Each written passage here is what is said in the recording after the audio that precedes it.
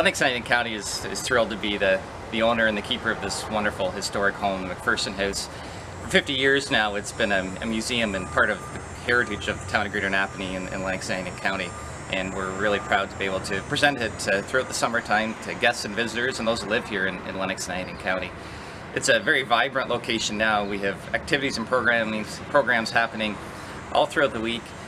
We have a wonderful big top tent in the backyard here that does everything from children's programs to concerts to theater that takes place in the summertime.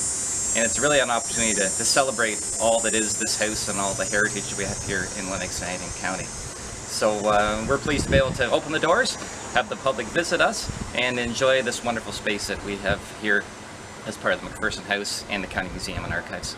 Welcome to the Macpherson House. This is the home of Alan Macpherson and Mary Macpherson. They moved to the north side of the river in 1826 and built this beautiful castle on the hill. The Macpherson family were very prominent in the area of Napanee, business but also personal. So unlike other historical homes in our area, such as the Fairfield House and the Glanmore House being maintained throughout the families throughout all of these years, the Macpherson House was actually sold out of the Macpherson family in 1890. What this did was it opened it up to the public. Many local people lived here, people were coming and going through the house, and it took some of that traditional history of the Macpherson family out of the home. So when the Historical Society fought to keep the house, to restore the house, it really became a labor of love for the Lennox and Addington area and for Napanee and for all of the volunteers that put in countless hours of time and energy to bring the house back to the integrity of what the Macpherson time period was for them.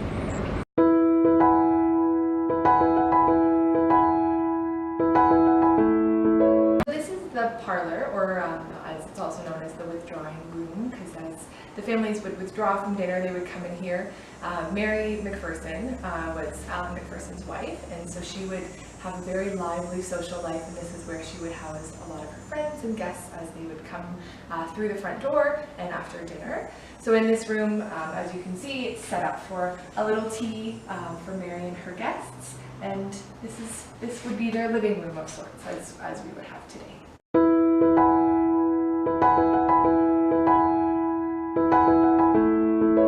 This is the dining room. As you can see, it's always going to be set for a wonderful dinner. This is one of the first rooms that you would see walking through our front door, and so the Macphersons would have had this room as elegantly dressed as possible. We just acquired a new piece of furniture here, this beautiful serving board, and so this would have been a representation of the Macphersons' wealth in all of the grandeur of the space. So they would also have large dinner parties in here. The Macpherson family had 7 children, so they needed a big space. Macpherson, during their time period, it was a little bit before the Victorian era where children weren't allowed at the dinner table, so it was potential that the kids actually were allowed to be eating in here with the Macpherson family, but it was always set and it was always ready for a dinner party. This is Alan Macpherson's morning room. Currently we have it staged more as his office. So Mr. Macpherson was a prominent businessman in Napanee in the early 1800s. When he was an apprentice for Cartwright, he took over the grist mill, and he started the post office. He had a press for the first newspaper. He also was a justice of the peace.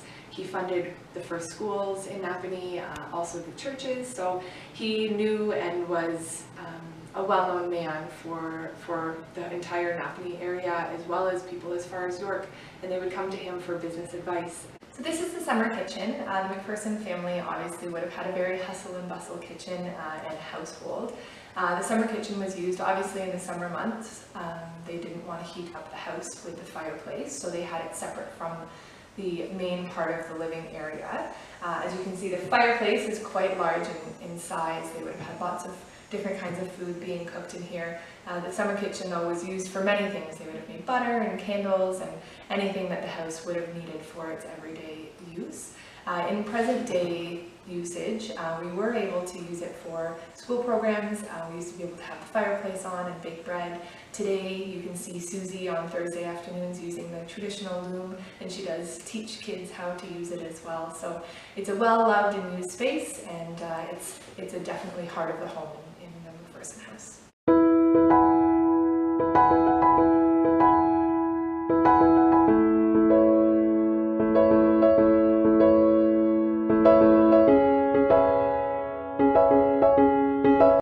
So this is the ballroom of the Macpherson House.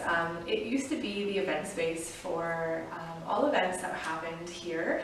Before we had the tent and when it was run by the Historical Society, they had many suppers and parties up here.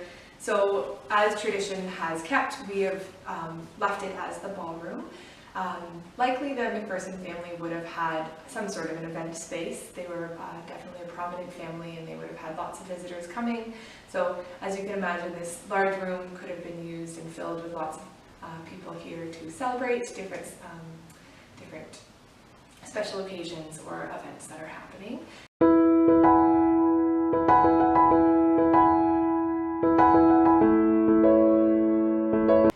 Best bedroom in the Macpherson house. As you can see, it's just a basic typical bedroom, although they do have a bathtub in their bedroom. Mary would have spent a lot of time here. In the early 1800s, women were had some more quiet time surrounding their pregnancy. They weren't out in public as often. So with 7 children, she definitely would have had some quiet time away from the public. So she would have been seen in her rocking chair knitting and just enjoying the quiet of their bedroom.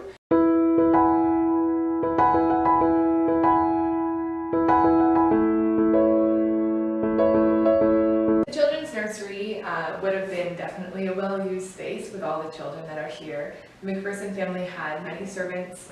Some of them were wet nurses that they would have raised the children until a certain age. When they were school ready, Mrs. Macpherson would have taken over those responsibilities of educating the children. However, in those early years, the servants would have been here with the kids in here. They had a separate entrance up to the attic, which is just to the left of this room, and they would have had access to the kids in the nighttime and that type of thing that the Macpherson family didn't have to necessarily take care of.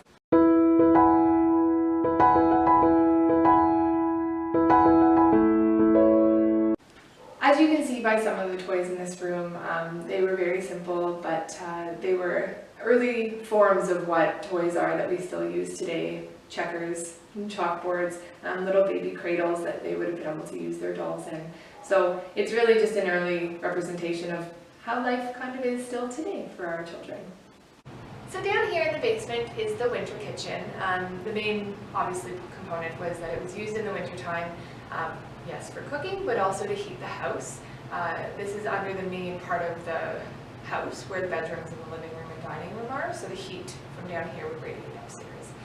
One of the really cool parts of the winter kitchen is during the restoration process, all of the limestone floor had sunk, all of these different rocks and stones, and they actually pulled up the rocks, they mapped them out, they put an in for heating in as a part of the restoration, and they put the rocks back exactly in the space that they were in originally. So what you see is original, just improved. So down here they would do the same things as they do in the summer kitchen, obviously just in the winter. So they would be cooking, they would be baking bread, smoking meats. There would be servants probably staying down here, keeping that fire going on the cold nights.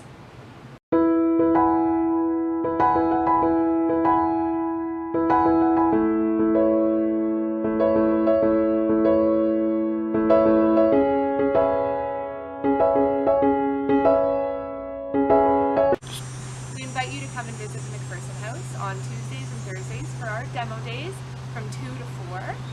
We also have tours of the house on Wednesday afternoons from 1 until 4. We look forward to seeing you at any of our events that you can be found at www.countymuseum.ca, or you can follow us on Facebook and Instagram through LNA County or LNA County